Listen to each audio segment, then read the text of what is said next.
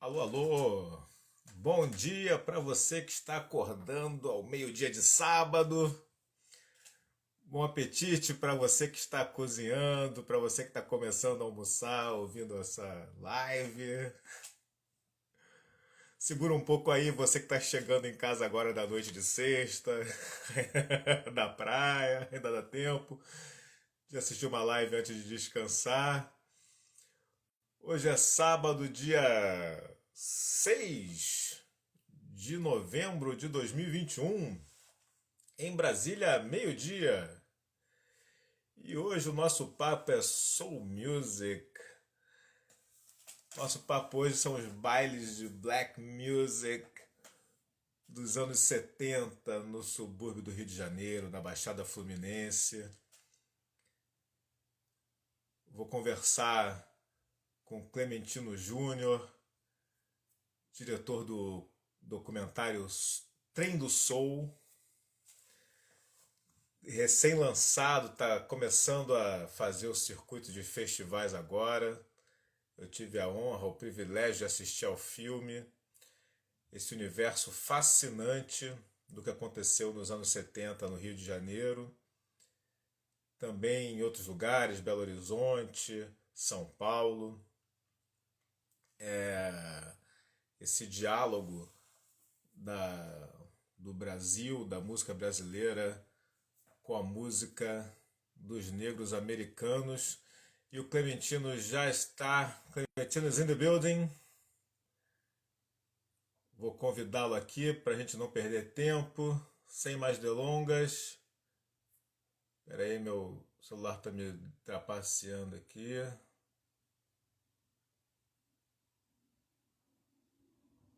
Alô. Lá vem ele. Alô, Alô, rapaz, beleza? tudo jóia, querido? Deixa eu... Tá muito ruído aí para você?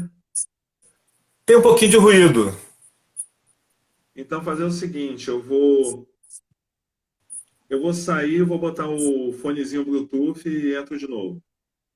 Tá bom, tá bom. Fico fazendo o mestre sala aqui, o mestre de cerimônias. Valeu. Ok. Tá a cara do teu pai, hein, cara. Beleza, a gente já se fala. É isso aí, meu pai também está assistindo. A gente vai envelhecendo, vai ficando cada vez mais parecido com o pai da gente, né? É isso aí. Então, o Clementino foi só botar uma aparelhagem lá melhor para cortar o ruído. Eu fiquei fascinado pelo filme dele.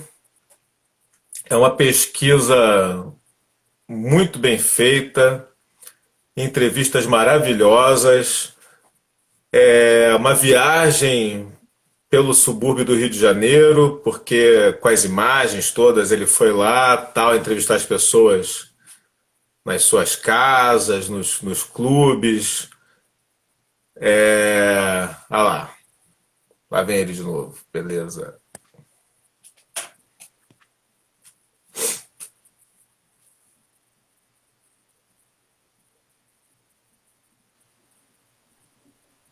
E aí? Agora melhorou. Aqui tá tudo ok. Melhorou bastante. Isso. Rapaz, que filme legal que você fez, cara. Muito feliz, foi um projeto de 2 anos, assim, foi um presente que vem de toda uma rede de afetos, assim, acho que conclui uma série de trabalhos, mas aí vamos conversando lentamente aí que eu vou contando essa história. Me surpreendeu porque quando a gente se conheceu, você era ligado ao cinema de animação, né?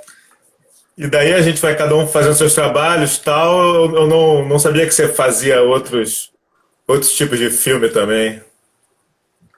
Não, pois é, eu entro naquele tempo, né, de APD e tudo mais, eu entro como animador, muito estimulado pelo Marão, e Marão malandramente já estava montando com o pessoal de animação, né, a BCA, a partir também das demandas da animação, mas foi a época que eu fui começando a me experimentar em outras linguagens, esses idos de 2005, por aí eu fui cada vez menos fazendo animação e começando a experimentar principalmente documentário. Hoje em dia eu sou muito mais conhecido até como documentarista, eventualmente fazendo ficção, do que como animador, mas a galera old school me conhece mais como ainda o Clementino da animação. Mas é interessante, até por isso mesmo, né, que eu estava comentando, que você vem aos poucos fazendo os seus trabalhos. Eu comecei a trabalhar muito mais a temática étnico-racial a partir do meu documentário do Sua Majestade o Delegado, que eu fiz em 2007, e foi fruto também de uma oficina do Recine. Eu já estava com muito material que eu vinha captando sobre o delegado, sem conseguir sequer contactá-lo. E aí, a partir daí, comecei a criar uma carreira como documentarista. E teve uma história interessante para o Trem do Soul, para eu chegar até o Trem do Soul, né, que é o meu segundo documentário de longa. Eu tinha feito um ainda em 2014, chamado Anjos de Chocolate, que o Emílio Domingos tinha sido Sim. convidado e foi sondado para esse projeto, que seria um documentário sobre o movimento Soul, que é um projeto do professor Jorge Barbosa, da UF, da Geografia, né, da pós em Geografia, e que o orientando dele, né, que é o escritor, pesquisador, agitador cultural André Diniz, estava vendo o movimento Soul, né, o movimento Black Rio, como preferirem chamar, como um movimento legítimo e espontâneo feito por pretos e suburbanos no período da ditadura. Então, como um movimento espontâneo desse, que parte dos bailes da pesada do Big Boy, aí vem para o Catumbi, começa já com toda uma mobilização. Ele vem para o centro, vai expandindo para o subúrbio. Os artistas negros vão começando a assumir as picapes, assumir a produção, assumir a ocupação dos clubes sociais e desportivos da Zona Norte, aí expande para a Baixada, São Gonçalo, Niterói. E isso tudo acontecendo com um mercado, com uma moda, com um movimento musical. Começam a surgir músicos, inclusive, começando a migrar para um som mais balançado. Isso tudo de coisas pinceladas e pingadas que vinham desde Tony Tornado nos festivais e tantas outras coisas. Mas principalmente baseado em James Brown. Assim, até hoje a galera da velha guarda por James Brown. E quando o Jorge vai falar com o Emílio Domingos estava fazendo um documentário, um projeto sobre o Dom Filó, que é um dos personagens, né, do Trem do é um dos personagens principais, né, Uhum. desses que ainda estão vivos, ainda estão produzindo, e um dos nomes mais importantes quando se fala da memória do povo negro, do ativismo negro no Brasil, a partir da plataforma Cultne, que ele promove um arquivo disponível online com tudo do movimento negro desde os anos 80 para cá. Então, quando ele conversa com o Emílio Domingos, e o Emílio Domingos viu que ia dar meio que um conflito, né, de dois temas, né? E aí ele disse, poxa, fala com o Clementino.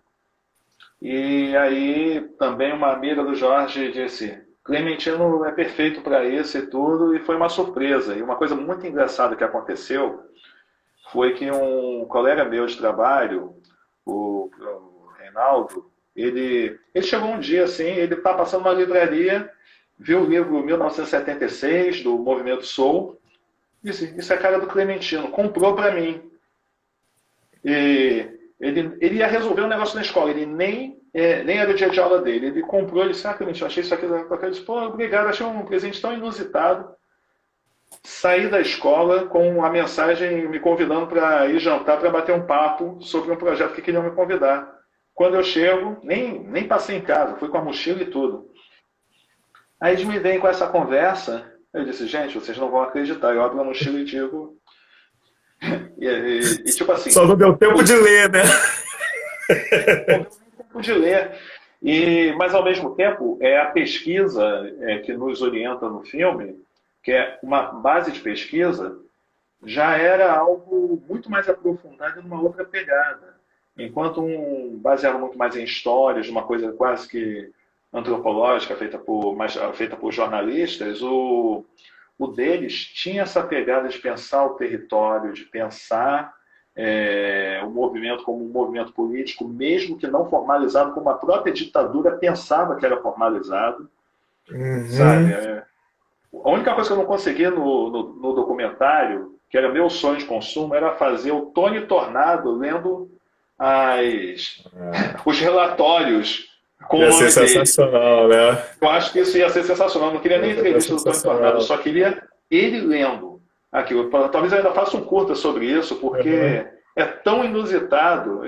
Imagina se ele fosse um agente da. Né? E detalhe, um agente da É, CIA propondo um racismo negro no Brasil. Gente, você sabe que eu vou pular claro. para essa ideia, depois a gente volta, tá? Uhum. Não, primeiro vamos começar só para deixar bem claro assim para as pessoas, para quem não sabe, e tal, eram bailes que aconteciam no subúrbio do Rio de Janeiro e na Baixada, né? No filme eu até fiquei com a sensação de que a Baixada precedeu a Zona Norte, assim, cronologicamente, assim, ou pelo menos assim que o subúrbio mais afastado ali, Vigário Geral, Colégio, tal, vieram antes do subúrbio que é mais próximo do centro.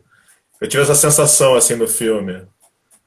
Não, a coisa começou a acontecer bem forte no Catumbi, e a partir Sempre o daí a Catumbi, né? galera. Porque a primeira escola de samba também é ali, né? A Deixa Falar, né? Que virou Estácio depois, tal, né? Com o Ismael Silva. Tem que pensar que essa área toda do entorno da Praça 11 seria o marco zero da presença negra no Rio de Janeiro. Claro, a casa da tia Seata, né? É exatamente o marco zero. Você vê que ali é um terreiro que muitos movimentos ligados à cultura negra partem dali.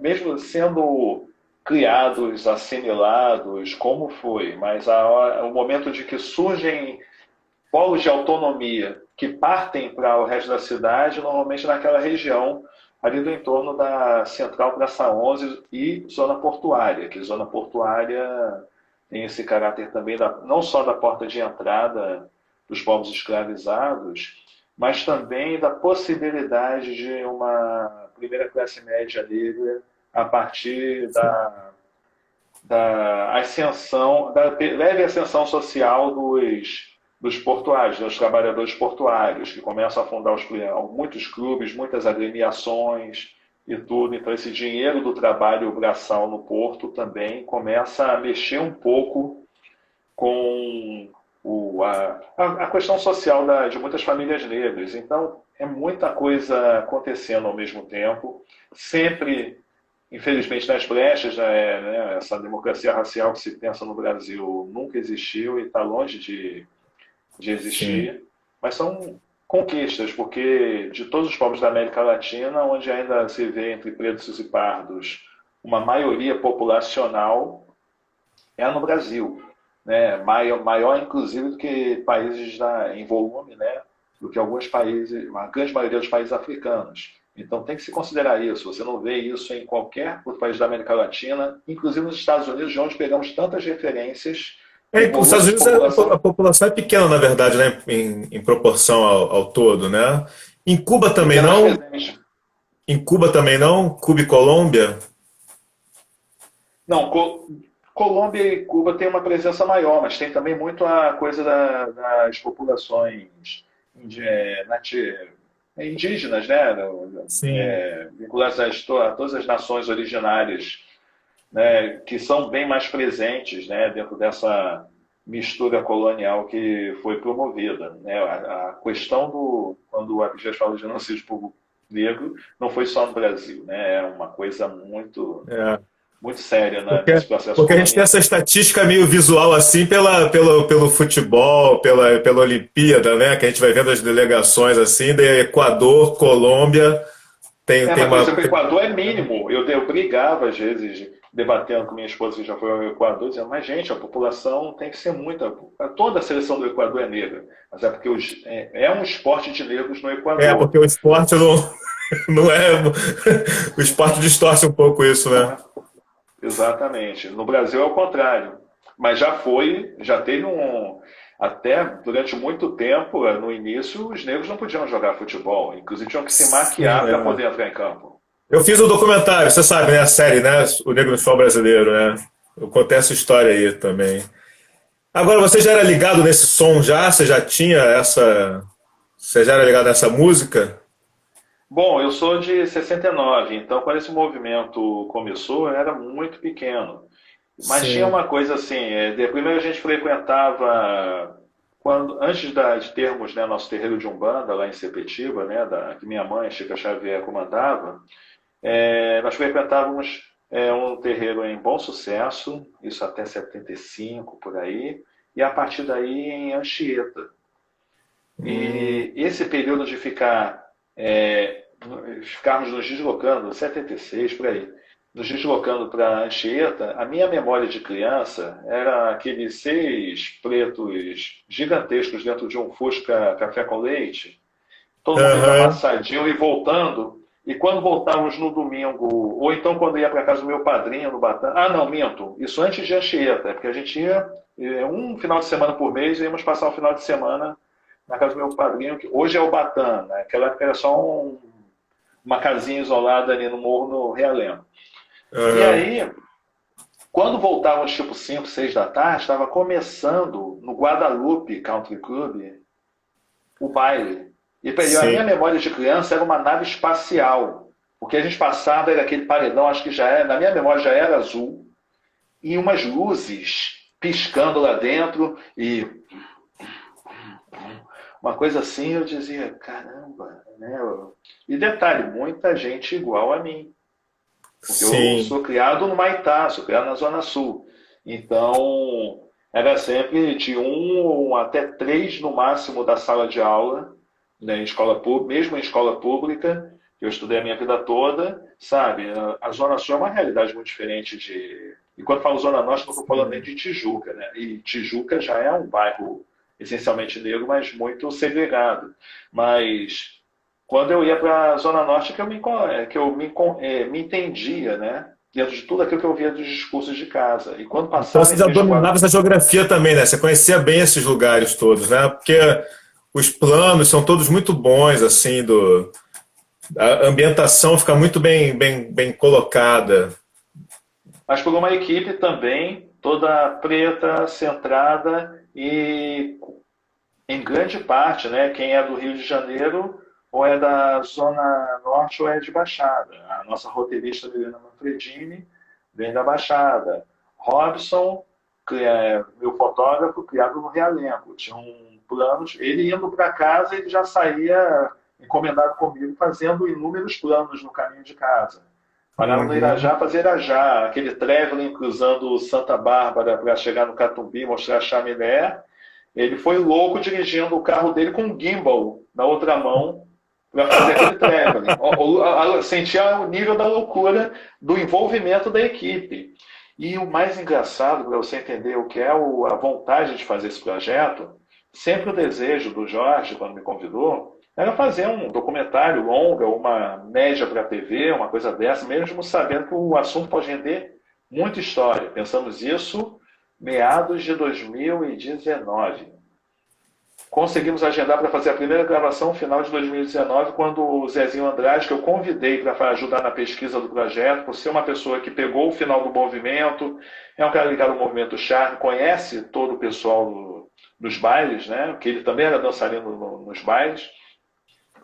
Ele estava organizando o Jubileu do Soul, que é os seus 50 anos no Parque Madureira, que foi um processo, quase não saiu, a gente já está com a equipe toda agendada, alugando material na Yula, e aquelas coisas que a gente faz de produção, né? Sim.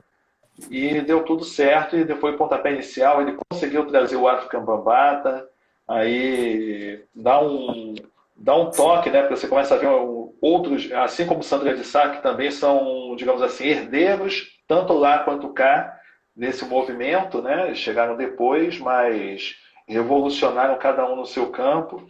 Então a gente conseguiu fazer uma coisa bem panorâmica, assim, pelo envolvimento, mas que era um projeto que só conseguiu captar pela lei do ISS. Então, só tinha verba para Sim. fazer um curta. Entendi. Aí, aí quando chegou o projeto, eu disse, pô, mas só isso? dava nem 100 mil. Aí eu conversei com a galera, falei, sentei com o Robson, sentei com o André Sandino, que é, eu faço edição para ele, faz minha assistente de direção, a gente está sempre fazendo nossas permutas, o Márcio Januário, que eu chamei para ajudar na produção. Eu disse, gente, na boa, nós vamos ter que entrevistar. Eu nem queria fazer um documentário, para começar, nem queria fazer um documentário de entrevistas, a minha cabeça era outra. Mas eu disse, temos que falar com A, temos que falar com B. E quando começamos a fazer, cara, só o deslocamento de uma equipe enxuta para entrevistar essas pessoas que vão curta, vamos para dentro. Vamos para dentro fazer o longa.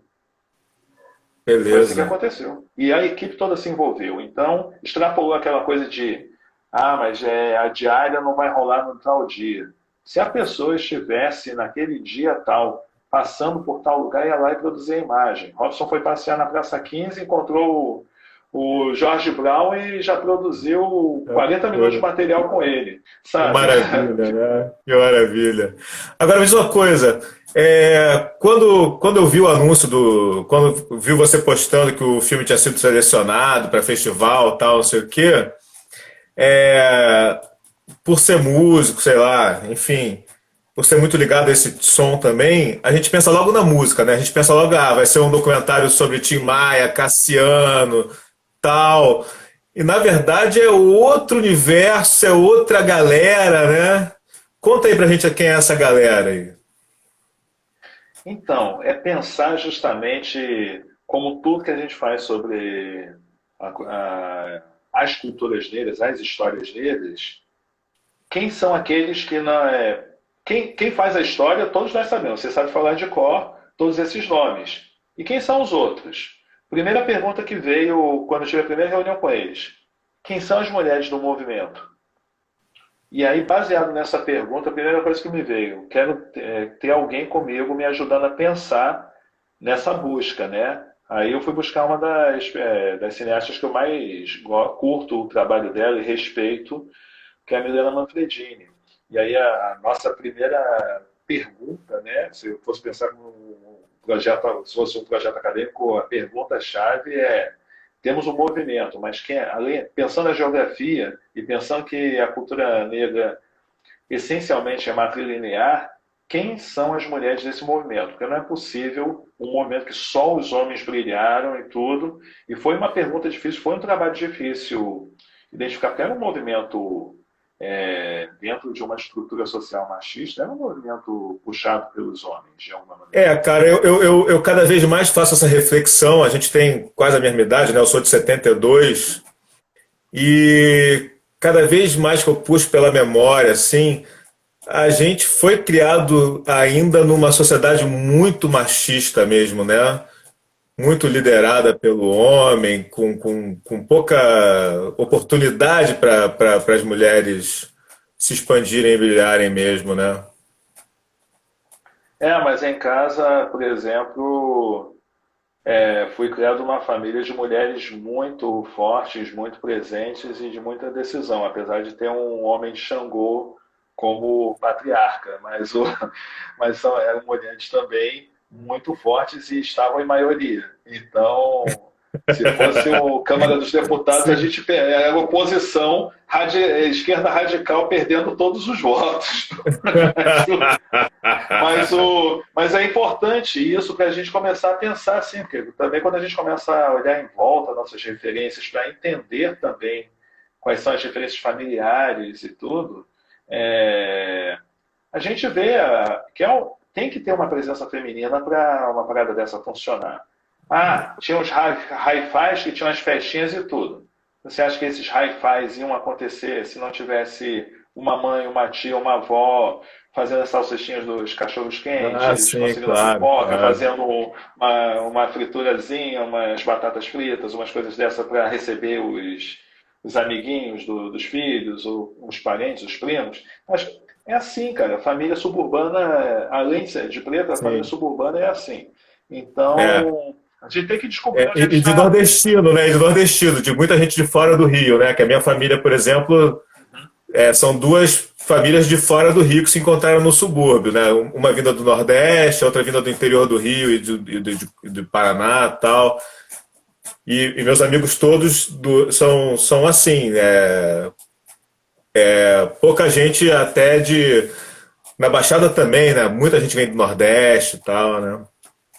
E tem uma coisa legal, né? Quando a gente assume que o documentário são as memórias dessas pessoas e principalmente dos bailarinos, e aí eu vou chegar na questão que você falou da trilha sonora, porque, primeira coisa, e foi legal ter essa indicação ter vindo do Emílio Domingos, que a primeira solução que eu pensei foi uma que ele já tinha usado na época da Batalha do Passinho. Que eu assisti o Sim. filme, eu não precisei nunca precisei perguntar isso para ele, eu entendi logo. Porque Batalha do Passinho só tinha uma música, um funk. Com tantos funks naquela época bombando, só tinha um funk tocando do início ao fim. Óbvio. Se eu já estava com pouca verba para fazer um curta, já tinha usado fazer um longa. Como eu ia pagar uma canção do James Brown, Claro. uma canção do Tornado, uma canção do Da Fé, porque as músicas não são nem deles. Digamos que o Tornado me Aham. desse uma entrevista, mas estava no meio da pandemia, não consegui. O Da Fé deu a entrevista, mas ele não. Acaba que essa jogada das editoras, das gravadoras e tudo, o artista é, perde um pouco a autoridade sobre Fica vendido, né? o direito patrimonial nessa coisa da negociação, porque também tem que ter quem o represente. A gente entende a lógica que todo mundo tem que ganhar em Aham. cima da sua arte, assim como também eu com o meu filme, você com o seu disco, o seu livro e É. por aí vai. Eu no meu Mas tem segundo curta, eu quis usar uma música do Jorge Ben nos créditos finais. Pô, eu mandei uma cartinha por fax para ele. E daí ele abriu mão da parte dele, mas a gravadora não abriu mão da parte dela, não. E aí me veio essa ideia que eu disse, bom, se eu vou buscar uma música, eu estou usando um documentário sobre o passado, mas para uma galera jovem, aí me veio na hora o Jonathan Ferro.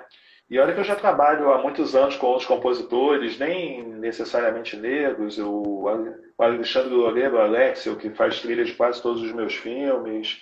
De vez em quando eu faço umas coisas assim, quando são mais da religião, com o Vitor Lobisomem, também, que é o Ogan, é um cara da capoeira, da cultura popular, então tem uns trabalhos bacanas com ele, mas esse eu pensei logo, Jonathan Ferro, porque o Jonathan Ferro tem essa coisa do urban jazz, mas ele tem referências em Herbie Hancock, que já flertou com toda essa parada.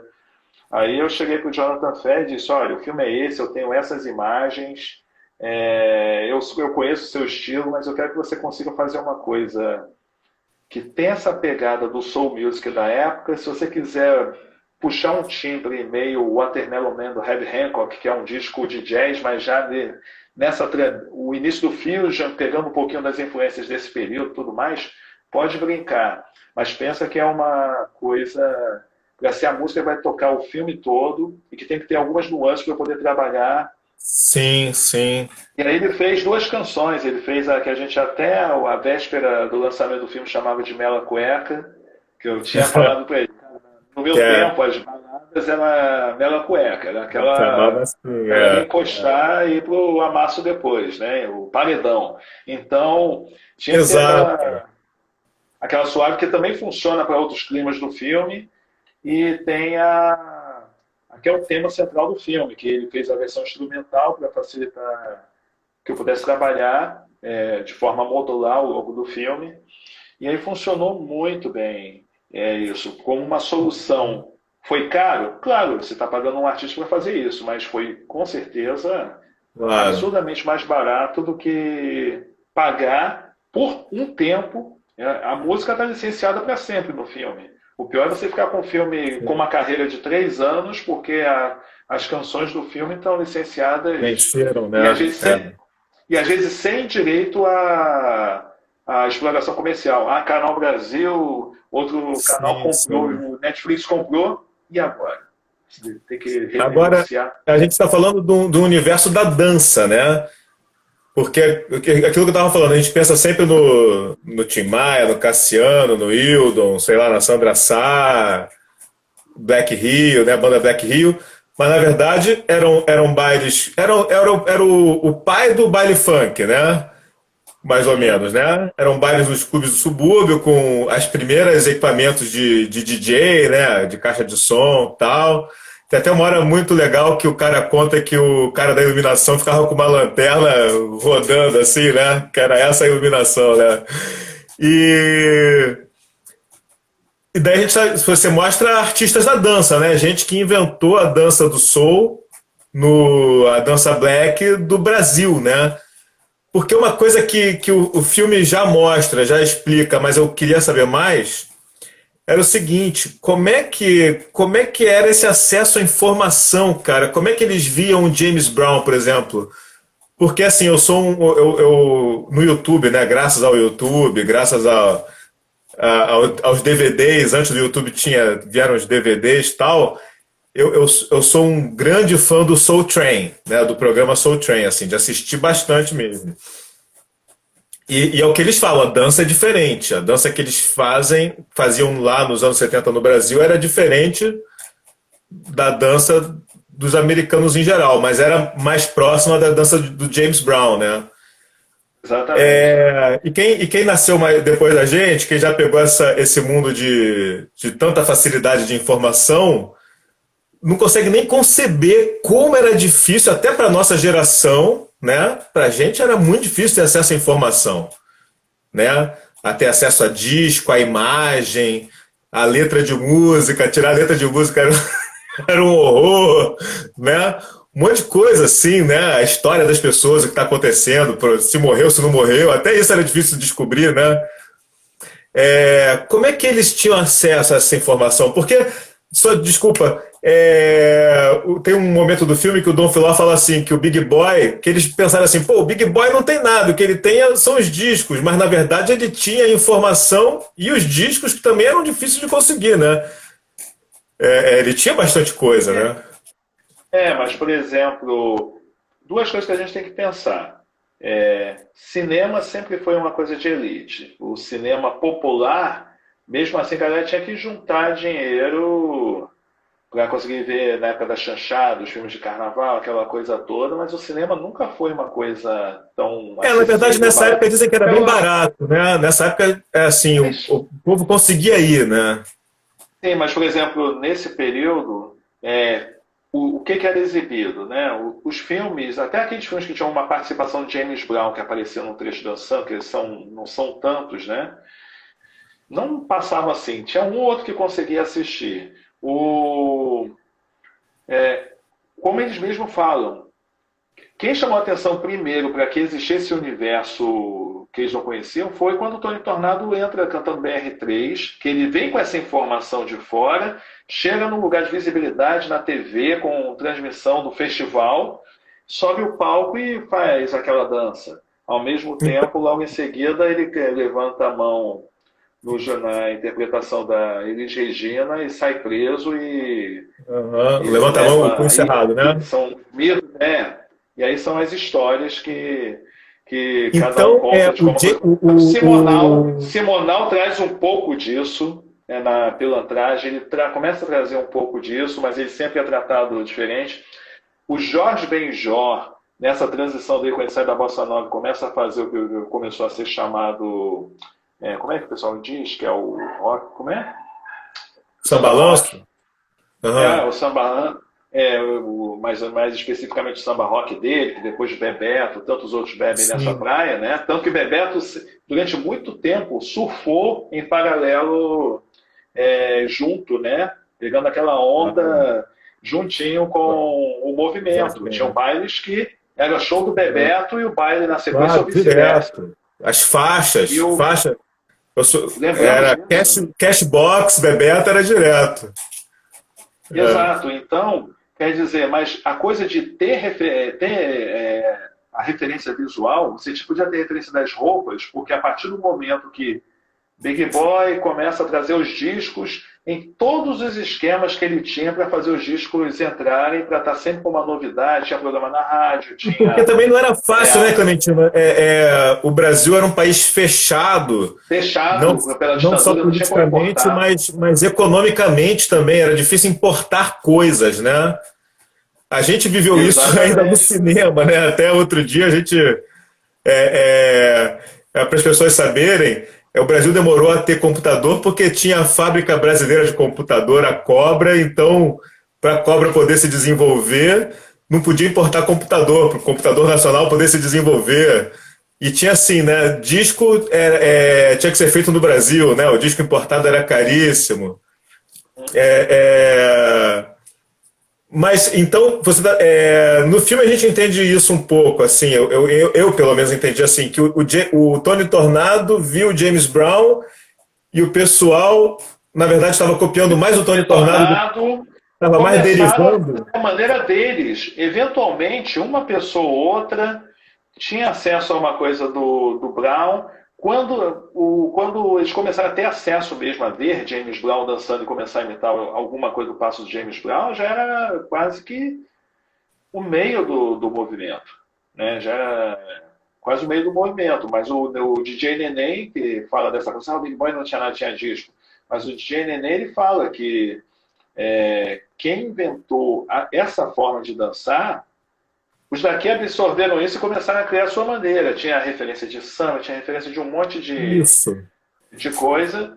E quando você às vezes vai pegar o dançarino daqui com o dançarino de lá, o pessoal que dançava imitando James Brown lá, o James Brown só teve referência disso quando ele veio já nos anos 80. Acho que nem no show do Canecão 88. ele veio dessa maneira. 88, Só em 88, que teve um show que acho que ele veio pelo Big Boy no Canecão. Aham.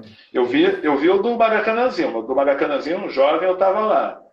E vou te dizer, era aquilo mesmo, gente. Foi um caos aquele show. Foi um caos aquele Foi um show. caos, é.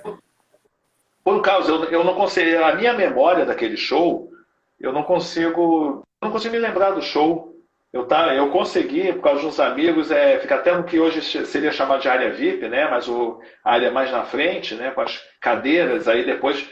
Mas a galera dançarina ficava ali atrás. Eu queria muito ficar vendo, porque eu estava vendo uma galera muito louca dançando ali, né? Aquela coisa toda e a dança do negro brasileiro, principalmente do carioca, tinha aquela coisa quebrada, que lembrava um pouco o Tony Tornado, mas era uma evolução em cima disso.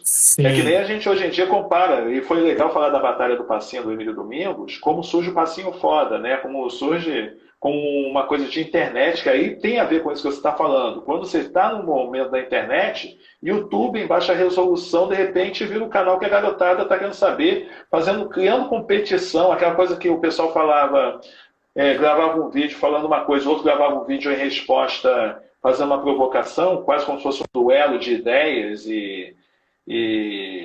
os caras começam a fazer isso na dança. E isso é o que acontecia na pista. Então virou uma coisa à distância que começou a migrar para os bailes e ao mesmo tempo, naquela época, no passado eles não tinham internet, não tinham nada, eles tinham que se deslocar para os locais.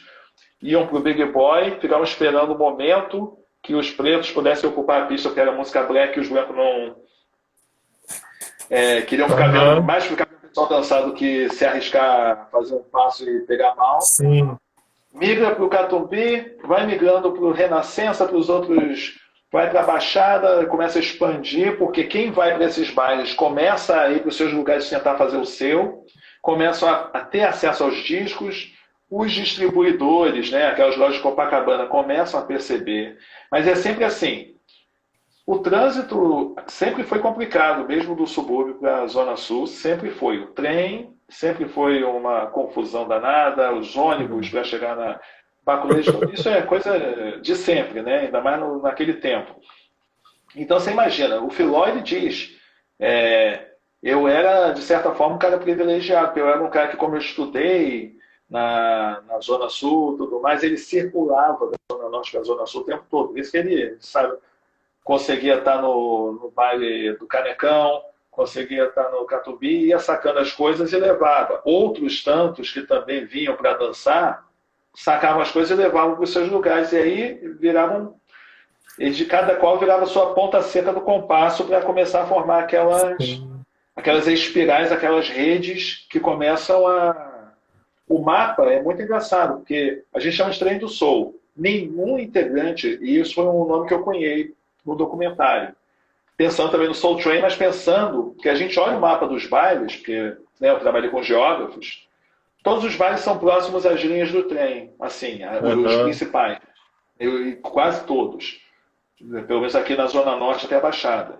Mas o mais irônico, os dançarinos não pegavam o trem, porque o trem era mais caro do que o ônibus, ou por uma questão de localização, todos ou E iam a horário pé de também, um bairro né? para o outro, É, horário, ou iam a pé de um bairro para o outro, ou iam sim. de ônibus. Então, o Soul Train é muito mais um trem que cruza o subúrbio enquanto metáfora do que também considerar o trem como uma questão de transporte, por ser um transporte dito popular e tudo. Agora a gente vê nos passos, assim, de alguns, que tem ali a base do samba, né? O cara pega o samba e deriva ali para um outro tipo de passo, tal, que ele misturou, inventou, não sei o quê. Como é que era esse diálogo dos dois mundos? Tem uma dançarina que fala que essa é ótima, essa personagem é maravilhosa. Que ela fala assim: ah, minha irmã me levou pro samba, eu não gostei, me levou não sei pra onde, eu não gostei, não sei o quê. Daí quando ela me levou pro soul, é aqui que eu fiquei. Como é que era esse pessoal transitava nos dois universos? O pessoal do samba via com bons olhos esses bailes soul, achavam que era uma coisa, uma alienígena entrando na cultura brasileira, carioca, sei lá. Tem várias opiniões. O Filó fala. Porque tem também muita coisa que não entrou no documentário, né? Porque tem depoimentos maravilhosos. Dá para fazer uma série do material que a gente escolheu. Claro. Mas o mais importante, uma coisa que quando falam dos hi-fis, por exemplo, fica nítido que o pessoal ouvia, os velhos ouviam bolero, ouviam samba, ouviam outros estilos. Aí a garotada vinha trazendo uma música americana. Não só o que seria a música black, mas também Jovem Guarda, tinha uma coisa colonial também para a juventude, e os negros jovens do subúrbio também consumiam isso. Mas o Big Boy foi começando a botar no programa dele da rádio, que tocava Beatles, que tocava essas coisas, começou a botar, sempre fechando com um bloco de música black americana que começou a povoar a mente dessa garotada. Ao mesmo tempo, você lembra daquele documentário maravilhoso que abre sobre João Nogueira, né? Carioca, mulato, Uhum. suburbano, que vê ele e o Sérgio Cabral Pai, né, com camisa do Vasco e do Flamengo, na porta da lotérica, estão falando Sim. do jogo de futebol. Daqui a pouco passa a música Born to Be Alive, né, que já era disco, não era nem mais música só, já era um movimento que veio roubando tudo, Sim. né? Aí eles começam, ih, lá vem essa merda, que não sei das quantas, aí começa a ficar falando mal da música. Mas por quê? Porque são essas coisas que envolvem tradição, envolvem economia também, imagina, né? Tem uma juventude sendo formada que resolve se tornar consumidora, só que ela não vai para o samba consumir. Pode até ir, mas a preferência dela é se arrumar, investir em roupa, investir em tudo para ir para o baile matinê de música black americana. E até porque quase a totalidade que tocava nesses bailes eram músicas estrangeiras. Você vê que o Filó disse, quando os músicos brasileiros começaram a fazer música black, mas não canta não pode cantar em português não, hein? Canta em português aqui não, Sabe, então já tinha até para se criar esse mercado, para os músicos brasileiros também ganharem em cima disso, eles tinham que se lançar como se fosse uma banda estrangeira, sabe? Eu imagino, assim, cara, não sei se você pegou, que a gente, onde era onde hoje em dia é o Estação Botafogo, mais perto da praia, né? Que eu nunca sim. confundo com cada patrocínio, eles mudam o nome toda hora. Que era o cinema Botafogo, que passava filme pornô, mas passava filmes de Kung Fu. Era sempre assim, anunciava, filme de Bruce Lee. Cara, Aham, qualquer filme chinês era Bruce Lee. Era mais ou menos isso que acontecia com aham. o universo musical daquela época. Se vendia qualquer coisa e a galera queria consumir o estilo, queria consumir aquele movimento, aquela moda, aquela estética. Então, só resumindo, eram muitas visões. Você vai ter famílias que conviviam bem com todos os movimentos, todos movimentos predominantemente pretos e suburbanos. Mas é aquilo, quando isso vira uma economia, tem os discursos, né, que vão defender mais Aham. um lado que o outro. O Filó, ele também era tem um isso. É. empresário do movimento soul. Lógico que ele não era um cara que ele era jovem, ele não era um cara que ia ficar falando mal do samba, mas ele está defendendo o lado dele. Assim como a galera da velha guarda, você não vê o. Mesmo, como é o nome dele? Candeia, que cantava, eu não Sim, sou africano, eu não, nem norte-americano, eu sou da velha pandeiro, eu sou mais do samba brasileiro. Mas, cara, a galera do Grêmio Quilombo e tudo, circulava também nos bailes, né? Lélia, Beatriz, o povo lá do Centro de Estudos Afroasiáticos, o Medeiros acabou também ajudando, contribuindo muito no movimento, o Carlos Alberto Medeiros já acabou contribuindo muito no movimento Soul.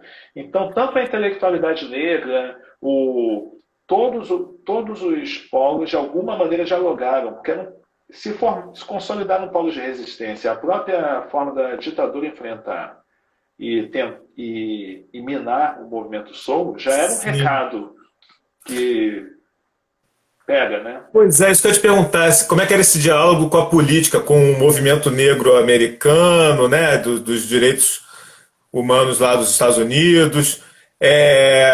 Acho que o movimento no Brasil se fortaleceu um pouco mais tarde, né, mais para os anos 80 que a coisa começa a ganhar corpo mesmo, né? Nesse momento aí não era político ainda, pelo menos não claramente político o negócio, né? Como é que eram essas Porque tem, influências? Como é que é esse caldo de cultura aí? bom, uma coisa que a gente sabe é movimentos sociais durante a ditadura, se não pegassem arma, não existiam. Vamos pensar dessa maneira, né? Tinha os movimentos que eram os movimentos que partiam para a luta mesmo, tinha os movimentos estudantis, que aí tinham inúmeras vertentes, inclusive muitos dos ativistas negros dos anos 80 são oriundos, muitos também começaram a tomar contato com a mobilização, mas todos os movimentos sociais foram criminalizados e combatidos durante a ditadura, principalmente nesse período de 64, ao longo dos anos 70. Então, 68, né? 68 até 70 quando a aí. gente fala que o movimento negro se consolidou em 88, é porque a abertura foi a única forma. Movimento ambientalista, todos os movimentos sociais só conseguem realmente. Imagina, eu lembro que reforma agrária, eu podia falar puta que eu pariu, mas falar em reforma agrária dentro de casa em voz alta, como eu estou falando agora, imagina, né, naquela época. É palavrão, né? Você está correndo risco, né? Imagina pichar. Tinha que pichar aquelas coisas doidas, né? Selacanto provoca maremoto, leva amor. Tinha tudo ser muito no campo no nível que eles não captassem, mas que o povo também, de certa maneira, não captava. Mas mas tem essa coisa, o movimento negro aparece como um movimento organizado mais tarde, mas você vai ver vários nomes que estavam envolvidos com o movimento Soul presentes ali, eles já estavam presentes na luta antes, mas eles só conseguem se apresentar e organizar de uma maneira muito mais clara. Tinha muitas pessoas na luta, exilados, correndo e fomentando coisas, mas o movimento em si é politizado naquele campo, como o Filó fala, né? Ele estava, de repente, falando talvez até muito mais questões que hoje em dia a gente chamaria. Ele seria quase que um coach dentro do Soul, né? Falando assim, eu estudo e você. Aquela coisa É. assim. Ele estava dando uma provocação que qualquer DJ poderia. O Alberto Brizola falava, né? Ontem já era, hoje é o dia e o amanhã poderá não mais chegar. Sabe? Aquelas frases de impacto, mas ele falava uma Aham. frase de impacto, uma coisa da autoestima negra. Isso era visto Sim. como um péssimo, porque você tinha que manter os negros no lugar deles, né? No lugar deles. Mas tem Então, um relatório que eu achei ótimo, tem uns trechos de relatório do filme, assim, né? Que eu até imaginei um personagem, assim, já, porque o cara dá uma aliviada, assim, né? O cara diz assim, ó, tal, parece que é perigoso, parece que é político, mas não é não, eles estão só se divertindo, os caras estão ganhando dinheiro, deixa os caras em paz. O cara manda uma letra meio assim, né? Começam a gritar palavras de ordem contra os brancos, alguns brancos ficaram constrangidos de estar ali, e que não sei das quantas, mas tudo muito, assim, uma leitura muito deturpada. Aí você começa a imaginar o que ele tá escrevendo, o que ele viu e o que realmente aconteceu, né? Não, assim, tem um Mas, depoimento do Ibrahim Suede que é mais preconceituoso, mais servil, né, ao status quo, né? Mas um depoimento lá do cara que era o espião mesmo, o cara que era pago para dar uma olhada e fazer um relatório, eu até imaginei esse personagem assim, do cara que vai lá, se diverte pra caramba, se amarra no baile e depois, pô, dá uma aliviada assim pra deixar o baile continuar, porque não, entendeu? Não precisava acabar.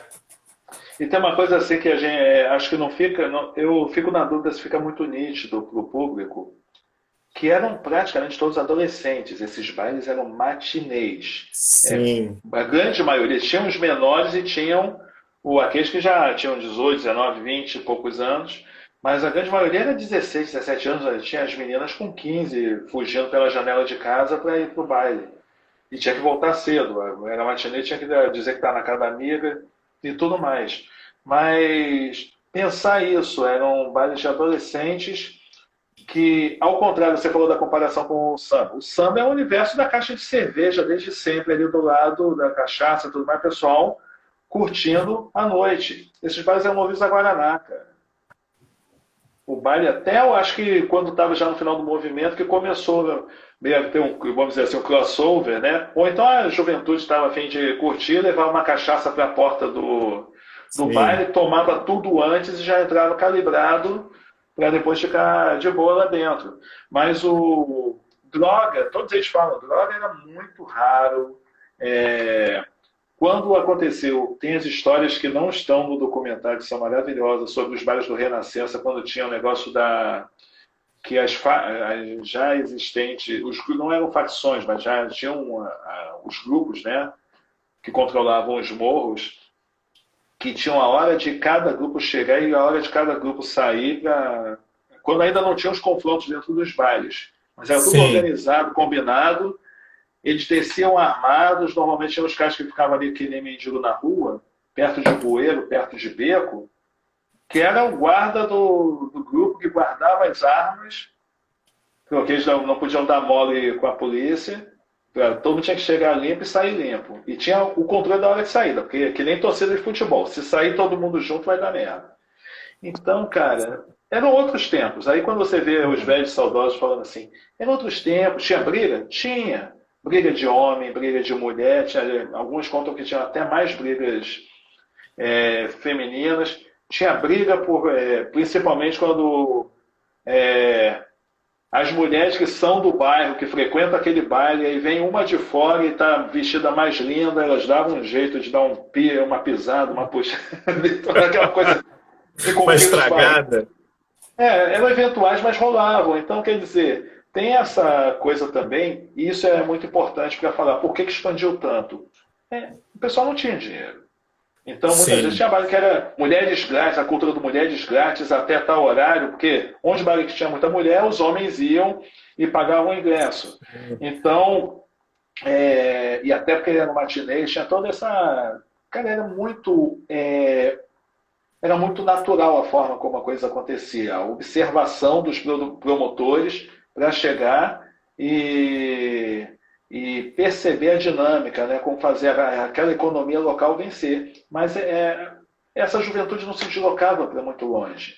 Tanto que diz, sai da Penha para o Irajá, o pessoal ia não sei quanto tempo andando a pé de um lugar para o outro, iam em bando para não dar problema, né, com a invernada de Olaria ou outros grupos policiais ou armados, né, da ditadura, porque se pegasse dava jeito mesmo, todo mundo queria aumentar a estatística como hoje.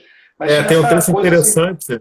Desculpa, o Zezinho, acho que é o Zezinho que fala assim, que ele ia na Urca e tal, e o pessoal perguntava, pô, como é que você conheceu a Urca? Né? A gente não faz, não tem, às vezes não faz ideia de como a cidade é realmente partida, né? De como as coisas são distantes e mesmo tendo a condução para ir, não é só uma questão de ter dinheiro para pagar a condução, mas tem um bloqueio assim, né, psicológico, emocional, sei lá, de você pegar e ir lá, né? É tudo simbólico. Por exemplo, uma coisa que eu aprendi muito quando eu comecei a dar mais aula em favela, em periferia e tudo, que é muito marcante para mim. Qual o percentual da cidade que está de frente para o Cristo? Sim, O Cristo está virado para a Zona Sul, está virado para o sim. mar. O Cristo está de costas para a Zona Norte, está de costas para o resto da cidade. Todos veem o Cristo, quase todos veem o Cristo. Ele O que consegue ver o jogo do Maracanã assim, se ele der uma esticadinha, ele vê o jogo do Maracanã. Exatamente. Todo mundo quer botar a camisa no Cristo, mas o Cristo não está de olho no Maracanã. Está de frente para a Gávea. Mas o, mas o tá de frente para Laranjeiras, tá mais Laranjeiras está no sovaco. Laranjeiras está já no tá sovaco. exatamente. Então tem essa coisa. É muito simbólico isso quando você pensa a dinâmica da cidade. É exatamente esse termo da cidade partida, a cidade que o pessoal se ofende com o postal do Baculejo, que realmente não é para se brincar com uma imagem que é tão dolorosa para alguns, mas que, infelizmente, é um retrato dessa cidade. É um retrato dessa cidade, são as mudas e os baculejos. É a sexualização das mulheres e a marginalização dos homens ou dos dois. Então, ontem essa noite teve uma cena horrível. Agora não sei exatamente onde foi que a polícia estava prendendo uma menina que estava com uma criança de colo e um outro filho menor, o filho tentando dar chute, criança pequena, deve ter uns 3 anos, que ele percebendo que a violência que a mãe estava sofrendo, a mãe é agarrada com a criança e o policial botando o joelho no pescoço da mãe. Ainda é natural acontecer essas coisas, porque são imagens que são plantadas. Quando você chega com um movimento desse, que os jovens negros andam todos juntos, usam cabelo que não é adequado, usam um tipo de roupa que não é adequado, têm orgulho de ficar dançando, ficar suados, que não é uma coisa que o povo, né, hegemônico, né, o povo de Zona Sul, branco, gosta de ver, se sente confortável vendo. E não Uhum. fazendo isso para diverti-los, fazendo isso para se divertir, essa autonomia em estar gastando Sim. dinheiro com seus espaços, mesmo que os bailes não fossem todos de negros. De negros que eu digo assim, no comando, Filó, Paulão, alguns poucos, Mr. Sou Santos, Porque tinha que ter estavam. capital, né, Clementino? Tinha que ter O grana Mr. Funk Santos. para fazer alguma É, coisa, né? o Funk Santos começou no Catumbi com todo esse poder, porque poder, que eu digo assim, o poder de transformar, porque é isso, ele, como o Filó diz, ele era o cara que tinha acesso ao equipamento, mas não tinha o acesso à música, o acesso ao estilo. Aí a galera dali, o Neném e os outros que estavam começando a frequentar os bares de boy, começaram a dizer, olha, a música é essa. Como você consegue aquele som? Como consegue? Tem essa banda de rock, tudo. Quando eles viram, já estavam fazendo um baile. E eles mesmos já eram os dançarinos, aí o pessoal que queria curtir, que ia pro Big Boy, já vinha dançar lá numa história, e daí a história virou história. Aham. Agora, Clementino, você é filho de um casal de atores, ícones da TV, do cinema, né, do teatro, né, brasileiro. É, Como é que foi essa tua infância? Como é que foi você crescer vendo teus pais na... Você é filho do Clementino Kelé e da Chica Xavier, né, dois ícones. Como é que foi você crescer vendo os dois na TV, principalmente, né? E como é que era a relação deles com o movimento negro? Como é que era a relação deles com essa causa toda? A gente tinha uma presença com toda a galera do movimento, mas tinha uma coisa assim interessante que os dois, quando chegam de Salvador, no Rio, nos anos 50, minha mãe vem, meu pai vem atrás dela, né? Eles se casaram já aqui, mas ela vinha para duas metas: conhecer o pai dela, que ela só conhecia por cartas, porque ela é filha de um relacionamento extraconjugal e viveu a vida toda em Salvador. E e ela também queria ser atriz, sempre quis ser atriz e só tinha oportunidades naquela época no Rio de Janeiro, assim, O em que era São uma grande Paulo, ousadia já, espaço. né? Naquele Já momento era era uma uma grande grande ousadia, ousadia. né? Para uma mulher ser atriz naquela época já era uma coisa muito mal vista, né? Para uma mulher negra mais complicada, vindo do Nordeste, toda uma série de coisas. E você vai ver é, das grandes damas negras que surgem nesse período, né? Algumas poucas são do Rio de Janeiro, né? Sim. Luísa Maranhão vem do Sul, sabe? Né? Todo mundo, ou do interior, não era uma coisa assim, um movimento da capital. Aí o que acontece? Quando eles chegam, se estabelecem no Rio, minha avó essa história também de minha avó, tinha sido funcionária de empregado do Anísio Teixeira, do educador, lá em Ah, Salvador. E quando ela se viu mãe solteira, para aquela época, a vergonha de uma mulher ser mãe solteira e tudo mais, ela, digamos assim, abandonou o emprego e a família para quem trabalhava sem deixar qualquer notícia. E minha mãe nasceu, cresceu sabendo dessa história, e isso o Anísio Teixeira veio para a capital, que era o Rio de Janeiro ainda, é, teve todo o movimento como ministro e tudo, e teve a fundação do INEP. Quando ele volta a Salvador, minha mãe trabalhava como no serviço público como encadernadora não sei qual departamento, agora me falhou a memória. Ela soube que o Anísio Teixeira estava voltando, ela deu uma forma de ter contato com ele para restabelecer o contato da minha avó com ele, e ele acabou dando um emprego para minha avó, que foi como ela se aposentou como funcionária da biblioteca pessoal dele. Em hum. Salvador, até que quando minha mãe teve a oportunidade de trazê-la para o Rio, mas que minha mãe veio. E aí meus pais começaram a trabalhar no INEP naquela época, né? Naquela época não era concurso, eram umas coisas assim, né? Indicação, os dois estavam aqui. Quando ele soube que mamãe estava aqui, né? E chamou-a para conversar e deu uma oportunidade para ela e acabou dando uma oportunidade para o meu pai. Então os dois tiveram uma trajetória dentro de um campo da educação, né? Um trabalho muito chato, porque eles trabalhavam com o Dr. Manuel Diegues, né, o sociólogo, pai do Cacá, com Aham. o Darcy Ribeiro, com, sabe, só essa gente que não é, esse pouco não é muito bem quisto, né, dentro do panorama E eles atual. fizeram o Orfeu, né?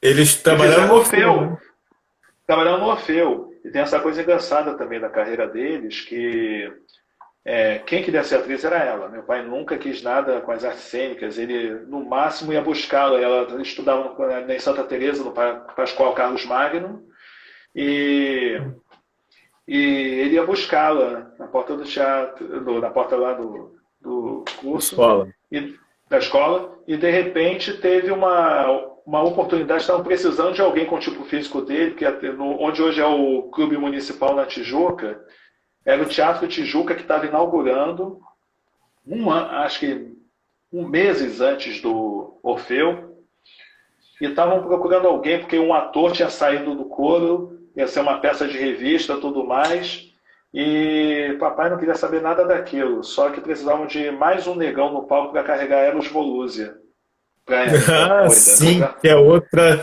Chegou personagem que pro eu sou negão doido para fazer uma coisa sobre ela. chegar pro negão de Xangô e dizer assim, ah não, você só vai ter que carregar. Ela era a mulher da época, né? Pronto, aí o negão acabou estreando no teatro antes de Chica Xavier. E foi muito legal isso, porque aí quando ela passa nos testes e entra e integra o elenco, que vinha muita gente do Teatro Experimental do Negro para trabalhar com Vinícius e tudo, ela sempre, até hoje ostenta, que inclusive ela, antes de trabalhar no INEP, ela fez Orfeu. Uhum. Então, ela disse, minha primeira assinatura na minha carteira de trabalho, e ela mandou fazer uma outra carteira de trabalho para manter a assinatura de Vinícius de Moraes na carteira de trabalho dela, do Orfeu da Conceição. A gente tem guardado lá em casa. Papai tem guardado também uma carta que ele emoldurou, que foi uma carta que Vinícius mandou para ele, que estavam na luta, porque Vinícius, Tom, eles eram aqueles artistas magníficos, intelectuais, mas eram os caras produtores culturais como qualquer um, né? Trabalhando na cifudência, aí na correria, nos campos. Sim. Então a carta é enorme dele explicando todo o caminho que ele fez para justificar que o pagamento ia atrasar mais um pouco, que não sei das quantas, mas que estava garantido que o pagamento ia sair na semana seguinte. E papai moldurou aquela carta assim que Sim. eu adorava. Ele não era caroteiro, não, mas tipo assim, essas coisas. A gente tem uma percepção lá em casa da importância da história, da importância da memória, de documentar as coisas, fabulosa. E quem a centralidade disso é minha irmã. Eu sou o caçula temporão, tem a minha irmã mais velha, Cristina, que é a mãe dos atuais artistas da família, né, o Ernesto e a Luana Xavier, que a Luana tá brilhando, herdou, né, essa coisa da avó e está brilhando, fazendo séries, filmes, está com a carreira no topo. No topo pode subir mais.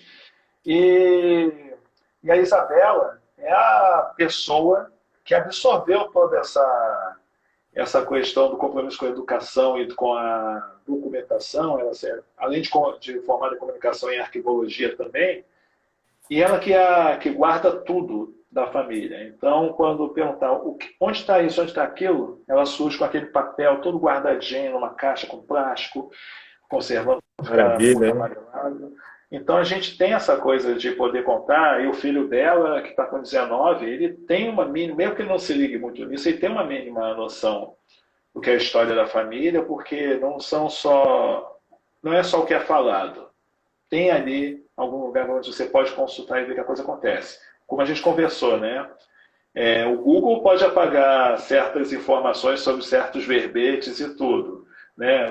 Sim. Você não pode encontrar tudo no Google, mas quando você documenta a sua vida e deixa tudo no papel, sabe onde está, cria uma rotina, é melhor do que qualquer processador, qualquer inteligência artificial e qualquer nuvem para contar as nossas histórias do futuro. Eu tenho muito orgulho de ter tido o privilégio da tua mãe ter feito uma participação no meu filme, fazendo uma senadora da República, né? E foi Foi uma um coisa momento muito interessante importante para e mim. corajosa, tanto da nossa iniciativa de permitir que ela fizesse o filme contigo, como todo o carinho que eu soube que vocês tiveram, todo o cuidado, porque foi o início que a senilidade estava tomando conta dela. Eu sei que a Sim, cena não foi fácil de gravar, mas, sim. quando quem olha o filme diz assim, nossa, né? Porque a gente ouve as histórias que minha irmã contou de como foi a gravação. Aí quando vejo a cena, eu disse, gente, como assim? Não é isso que eu estou vendo na tela, não. Ela está muito à É, vontade ali. é. São esses processos, né, que a gente passa, quando eu gravei Jurema, também um documentário que eu fiz sobre um dos nossos rituais, né, de caboclo, dentro dos festejos do caboclo, né, da bebida sagrada,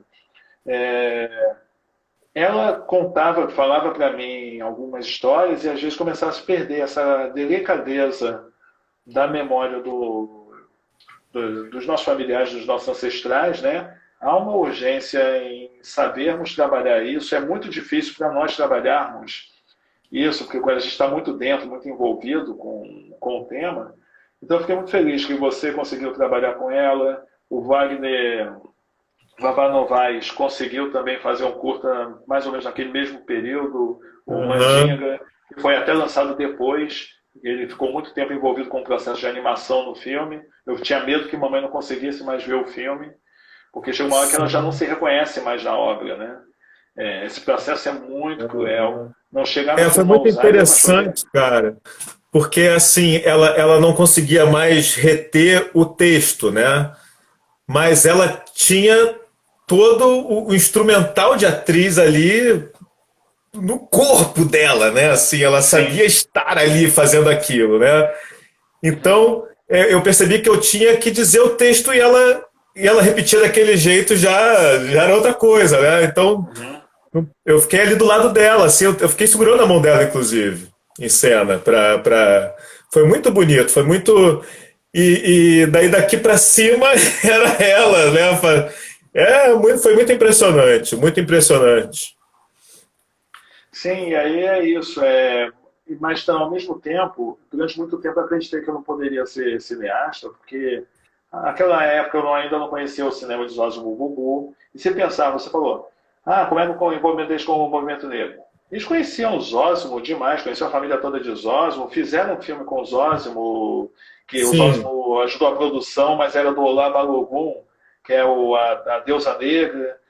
Os dois atuaram com ele. Mas o que acontece?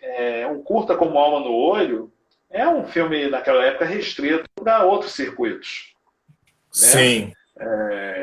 Não era uma coisa assim, era uma coisa importante para nós negros, para o movimento, sim, mas ficava uma coisa muito restrita, porque era um movimento de festivais, como você falou no início. Os jovens de hoje não sabem o que é você estar correndo para cima e para baixo com um rolo de filme.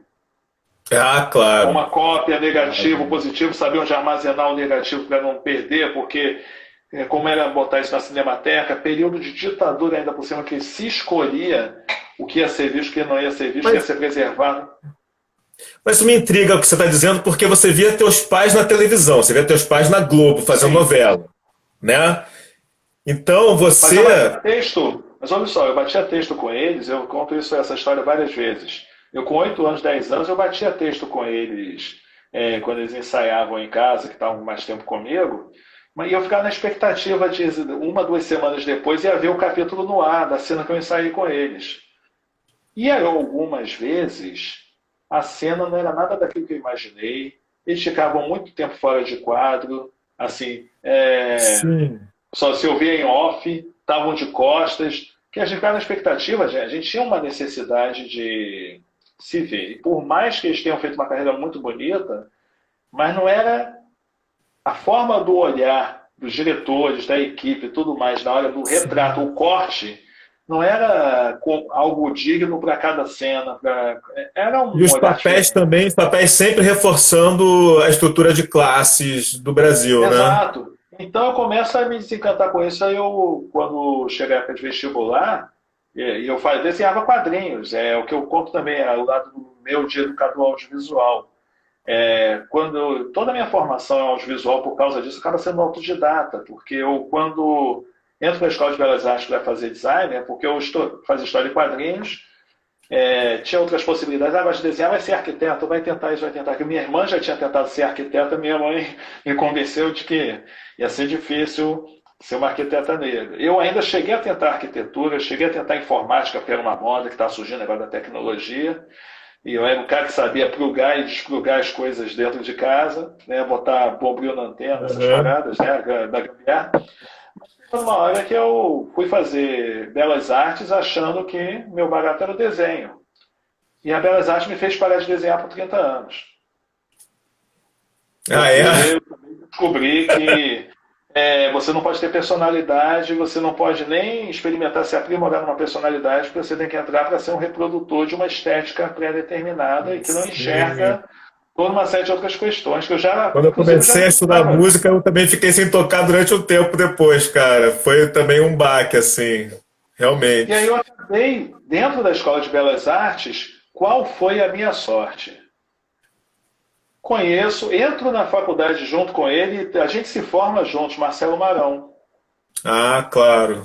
Aí, cara, quando o Marão começa a ficar mobilizando a gente, aí começa o Animamundi, ele começa a mobilizar a gente para ir para o tal do Centro Cultural Banco do Brasil, que a gente nem sabia onde era aquele casarão esquisito, que não parecia que era para a gente Casarão? entrar naquele lugar muito elitizado, o negócio todo, né, Banco É. do Brasil, Cara, né? sabe que a primeira vez que eu fui lá, eu tinha, sei lá, 16 anos, tal, saí do subúrbio, né? Uhum, Sabe que tá acontecendo alguma coisa, tal. Depois eu vou ver lá o que é isso. Fui sozinho.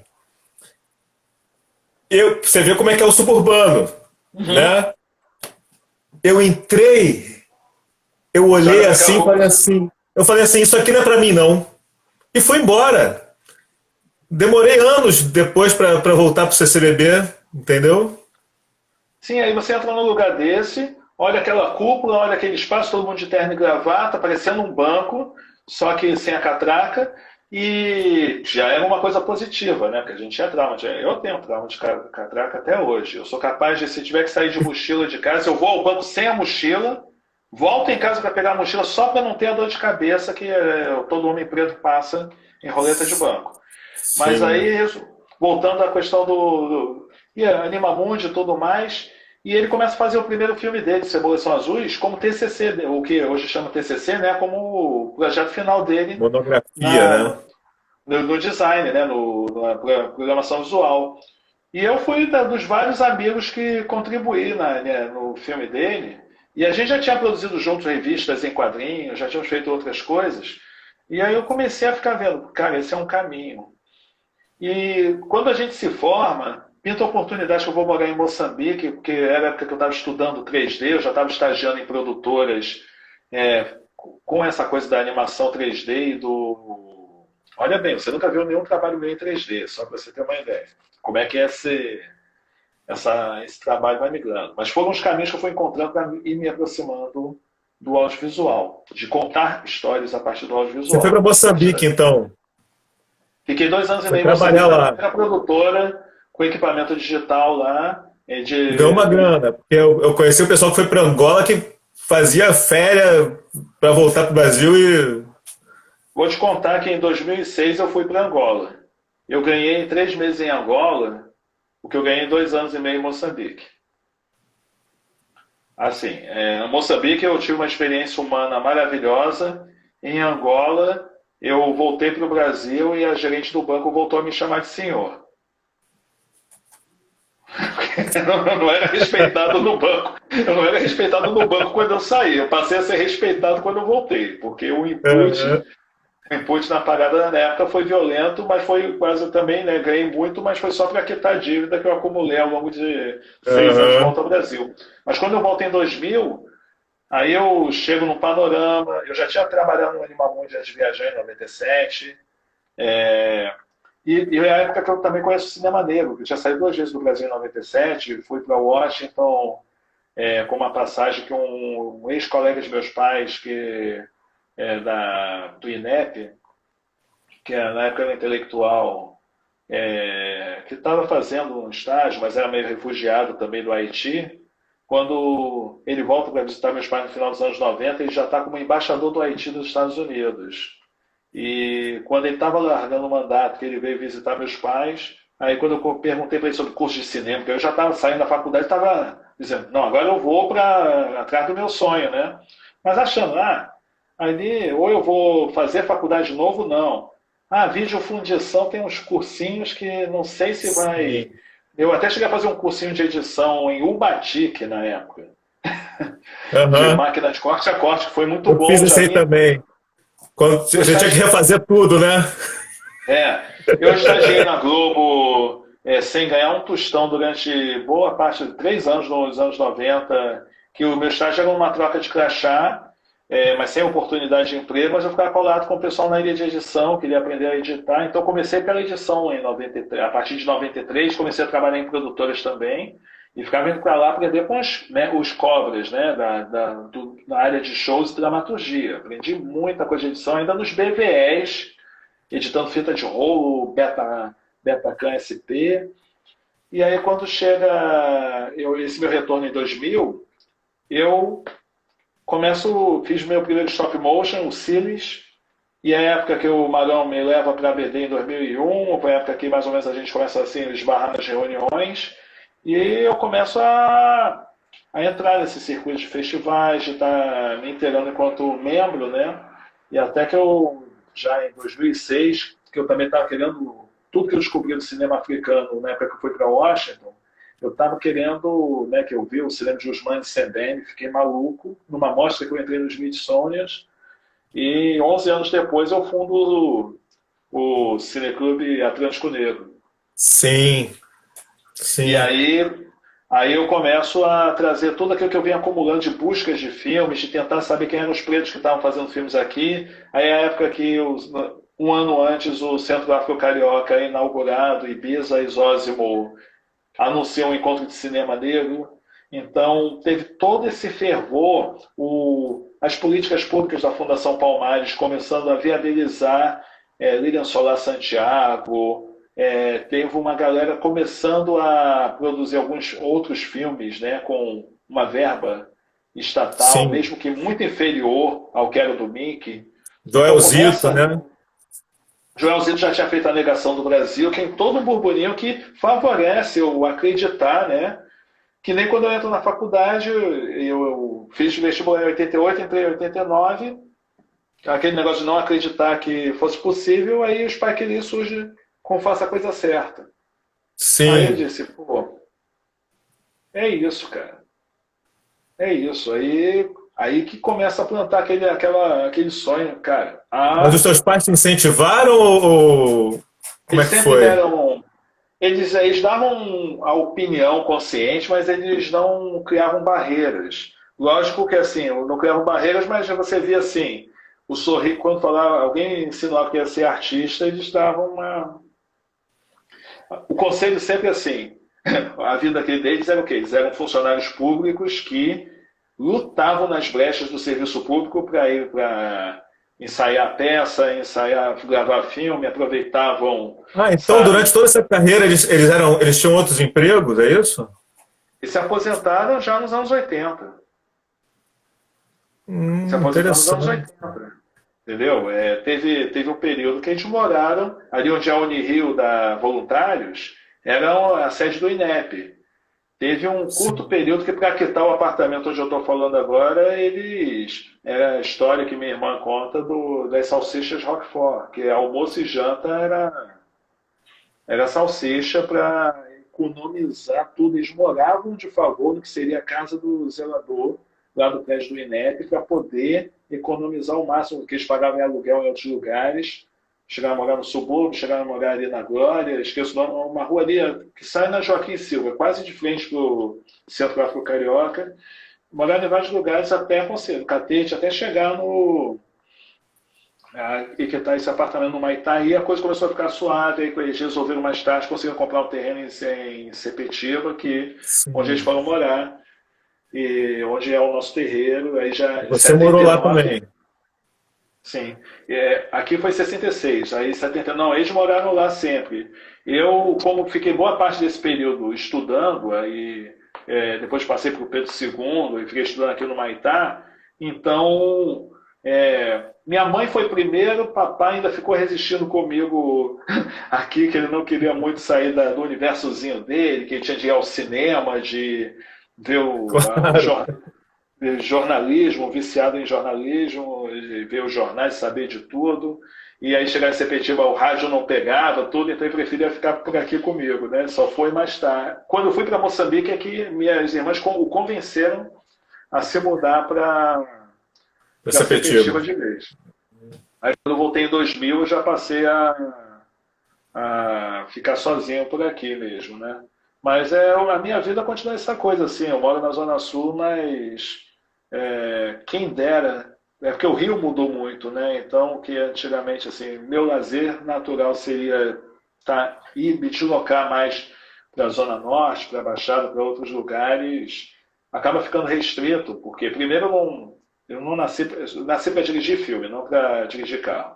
Então, nunca investi nessa parte.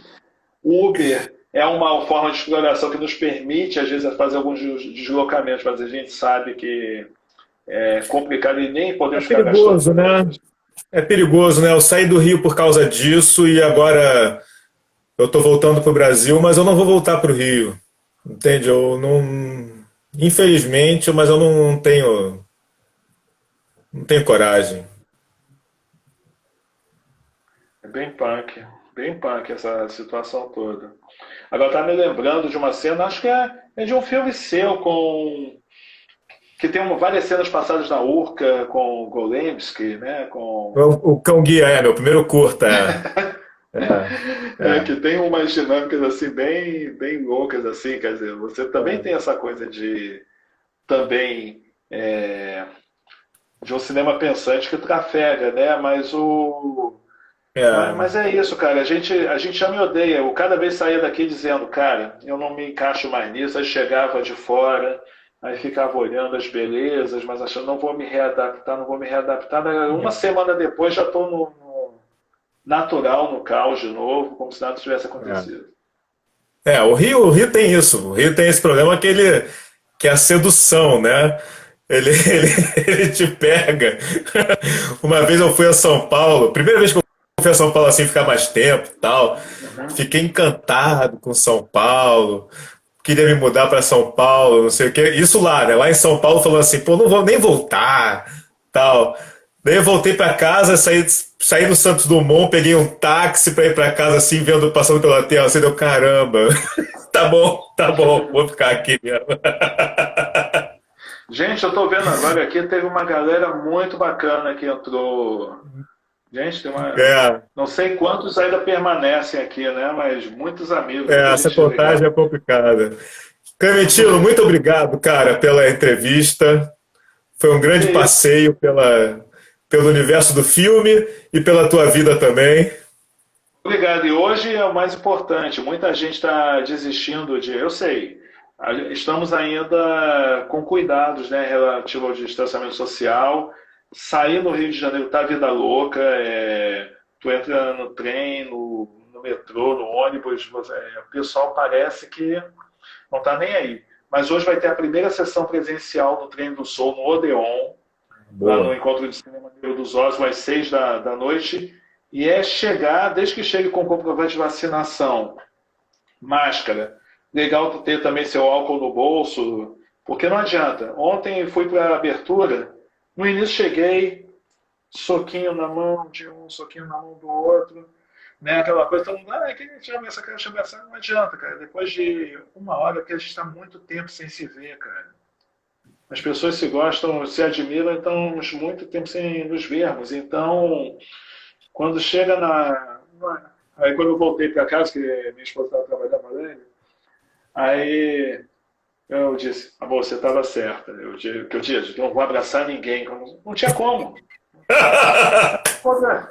Não tinha como, porque você encontra aquela pessoa. Eu fui do dentista antes de ir E pro abraçou o Odeon. dentista. Não, porque eu tava no corredor, aí tô vendo um cara branco passando pra cima e pra baixo lá, saiu de uma loja e ficou me olhando meio desconfiado. Eu disse, pô, se esse cara me falar alguma gracinha, a gente já fica na defensiva, né? Em Ipanema, aquele negócio, se esse cara me falar alguma gracinha, vai ter. Tudo mais, aí ficou pra cima, pra baixo. Daqui a pouco ele chegou, ele entrou na loja que ele estava, que era uma escola de música, aí saiu de novo e disse, me desculpa, mas você é muito parecido com um amigo meu. Quando eu olhei, era o cara que tocava bateria na minha banda de rock. Putz, Era você massa. mesmo. É eu mesmo aí, Eu cara. sou parecido Aí não comigo. teve como. Quando a gente foi dar um soquinho, já foi pro abraço, porque não dá, cara. É muito louco. A gente tem que realmente. Bom, eu tô com as 2 doses da vacina. Se tudo ajudar até no final de novembro, toda com a de reforço, a gente sabe que não é o. Não exime nos tornarmos hospedeiros, né, Aham, tornarmos Riplays ambulantes, aham. mas eu acho que essa coisa tem que ser coletiva, assim, a gente tem que tomar muito É. cuidado. Hoje eu tive que pegar um ônibus, eu fiquei em pânico, como a galera tá assim, falou aqui no Rio liberaram já o uso de máscara em lugar aberto, só que isso já está acontecendo desde sempre. As pessoas estão vendo o ônibus sem máscara, Sim. então a transmissão, o índice de transmissão está muito arriscado, mas de qualquer maneira, para quem está se arriscando, mas está se arriscando porque tem que trabalhar, tem que circular e está com responsabilidade, venha hoje ao Odeon, entrada franca, a Boa. sessão exclusiva do filme dentro do Encontro de Cinemas Osmo Bubu, esse pioneiro que criou esse encontro para que nós começássemos a chamar a atenção dentro do mercado cinematográfico de que existimos e existiremos e persistiremos. E, cara, é isso tudo que o Gustavo falou. É muito gostoso o filme. E fala disso tudo, mas fala com muita alegria, com muita exaltação, muita potência. Isso que eu fico feliz de ter conseguido, junto com a minha equipe, realizar. Muito bom, cara. Recado dado. Parabéns, hein? Obrigado pela entrevista. Obrigadão, Sucesso. querido. Forte abraço. Bom te ver, hein? Manda um beijo Bom pra te lá. ver. Valeu, abração.